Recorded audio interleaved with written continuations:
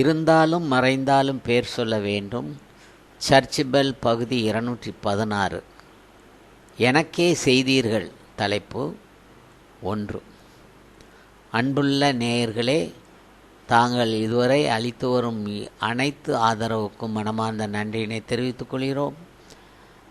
படித்து service commission எழுதப்போகும் இளைஞர்களுக்கு இந்த பகுதிகள், இப்போது நாங்கள் சொல்லிக்கொண்டு வரும் வரலாற்று பகுதிகள் உதவிகரமாக இருக்கும் என்பதால் தொடர்ந்து சேனலை கண்டு கழியுங்கள். பலருக்கும் இதை பற்றி பகிர்ந்து கொள்ளுங்கள், பலன் பெறுங்கள். நல்ல கருத்துக்களை உங்களிடமிருந்து எதிர்பார்க்கிறோம். சப்ஸ்கிரைப் செய்யுங்கள். இப்போது நாம் இந்த பகுதியில் முத்தமிழ் அறிஞர் கலைஞர் அவர்களை பற்றி கேட்க இருக்கிறோம்.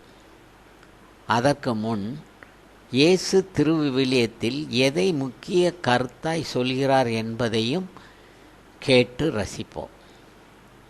எவ்வாறு நாம் சேவை செய்ய முடியும் என்பதை மத்தேயு 25ஆம் அதிகாரம் 34ஆம் இறைவசனம் முதல் 40ஆம் வசனம் வரை வாசிக்க கேட்போம். மத்தேயு 25ஆம் அதிகாரம் 34. பின்பு அரியணையில் வீற்றிருக்கும் அரசர் தம் வலப்பக்கத்தில் உள்ளோரை பார்த்து, என் தந்தையிடமிருந்து ஆசி பெற்றவர்களே வாருங்கள், உலகம் தோன்றியது முதல் உங்களுக்காக ஏற்பாடு செய்யப்பட்டிருக்கும் ஆட்சியை உரிமை பேராக பெற்றுக்கொள்ளுங்கள். ஏனெனில் நான் பசியாயிருந்தேன், நீங்கள் எனக்கு உணவு கொடுத்தீர்கள். தாகமாயிருந்தேன், என் தாகத்தை தீர்த்தீர்கள். அந்நியனாயிருந்தேன், என்னை ஏற்றுக்கொண்டீர்கள். நான் ஆடையின்றி இருந்தேன், நீங்கள் எனக்கு ஆடை அணிவித்தீர்கள். நோயுற்றிருந்தேன், என்னை கவனித்து கொண்டீர்கள். சிறையில் இருந்தேன், என்னை தேடி வந்தீர்கள் என்பார். அதற்கு நேர்மையாளர்கள், ஆண்டவரே, எப்போது உம்மை பசியுள்ளவராக கண்டு உணவளித்தோம், தாகமுள்ளவராக கண்டு உம் தாகத்தை தீர்த்தோம். எப்போது உம்மை அந்நியராக கண்டு ஏற்றுக்கொண்டோம், அல்லது ஆடை இல்லாதவராக கண்டு ஆடை அணிவித்தோம்.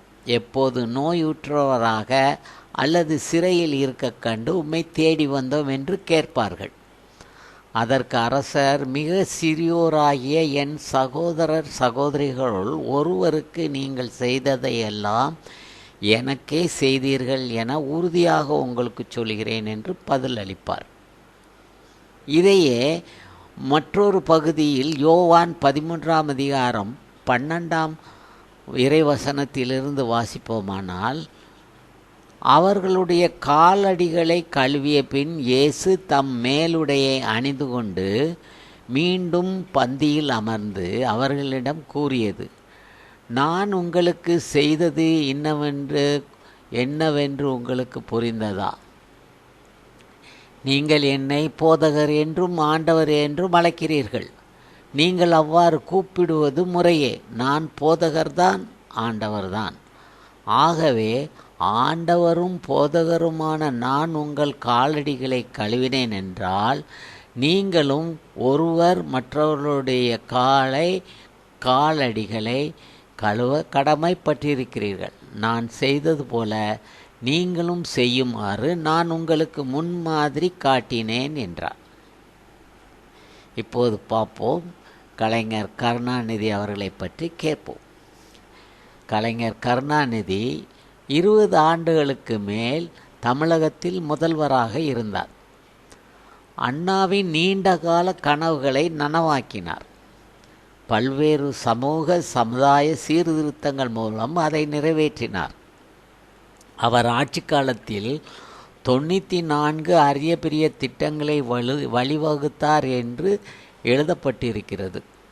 மக்கள் மத்தியில் நம்பிக்கைக்குரிய பணியாளராக இருந்தார்.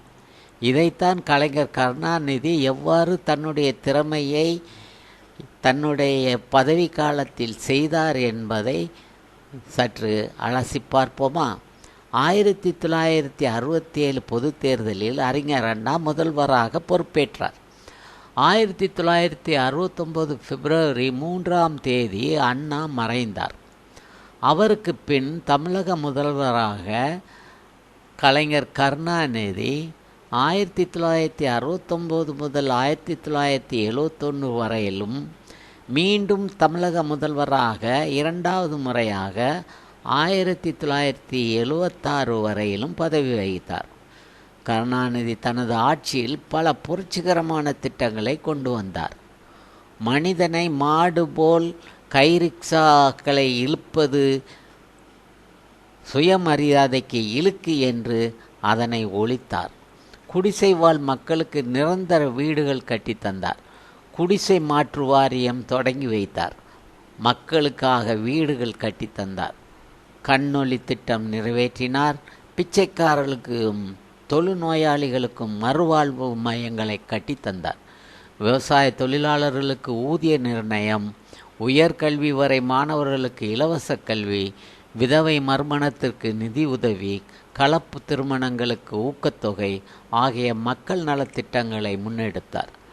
1979 தேர்தலில் மீண்டும் வெற்றி பெற்ற அவர் 1989 முதல் 93 வரை 2 வருட காலமும் ஆட்சியில் இருந்தபோது இலவச மின்சார திட்டம் நிறைவேற்றினார். தமிழகத்தில் பெண்களுக்கு சொத்தில் சமபங்கு வழங்கும் சட்டம் ஒன்று கொண்டு வரப்பட்டது. ஒடுக்கப்பட்ட சமூகங்களுக்கு கல்வியும் வேலைவாய்ப்பும் கிடைக்க அரசு உத்தரவிட்டது. இடஒதுக்கீடு 69% உயர்த்தி உத்தரவிடப்பட்டது. அரசு வேலைகளில் பெண்களுக்கு 30% இடஒதுக்கீடு என்று பல காரியங்களும் செய்யப்பட்டன. விவசாயிகளுக்கு உபயோகமாக இருக்க தமிழகத்தின் பல பகுதிகளில் உழவர் சந்தை திறந்தார். இலவச பஸ் பாஸ் திட்டம் அமல்படுத்தினார். 2006 ஆண்டு மே மாதம் 13 பதவியேற்பு விழாவில் 7,000 கோடி ரூபாய்க்கு விவசாயிகளின் கூட்டுறவு கடன் தள்ளுபடி செய்தார்.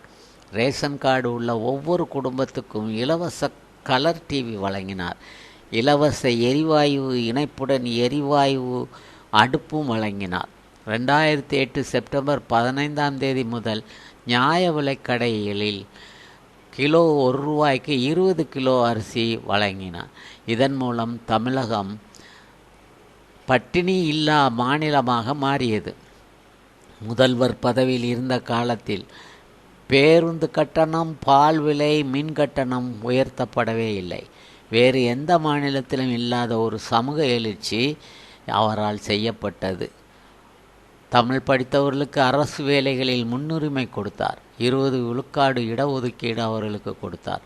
அனைத்து ஜாதியினரும் அர்ச்சகர் ஆகலாம் என்ற அறிவிப்பையும் அறிவித்தார். பிற்படுத்தப்பட்டோர், ஆதி திராவிடர் கல்வி கட்டணம் குறைக்கப்பட்டது. தங்கும் விடுதிகள் திறக்கப்பட்டன. கலப்பு திருமணம் செய்பவர்களுக்கு ஊக்கத்தொகை வழங்கப்பட்டது. இலவச கண் மருத்துவ முகாம் நடத்தப்பட்டன. அரவாணிகள், 3ஆம் பாலினத்தவர்கள் என தனி நல வாரியம் அமைக்கப்பட்டது. அவருடைய அசாத்திய துணிச்சலாலும் உழைப்பாலும் பல நலத்திட்டங்களை முன்னிறுத்தி செய்ய அவரால் முடிந்தது. பல ஆண்டுகள் பணிபுரிந்து ஓய்வின்றி உழைத்த நமது கலைஞர் பேரும் புகழும் பெற்று திகழ்ந்தார் என்பது மிகையாகாது.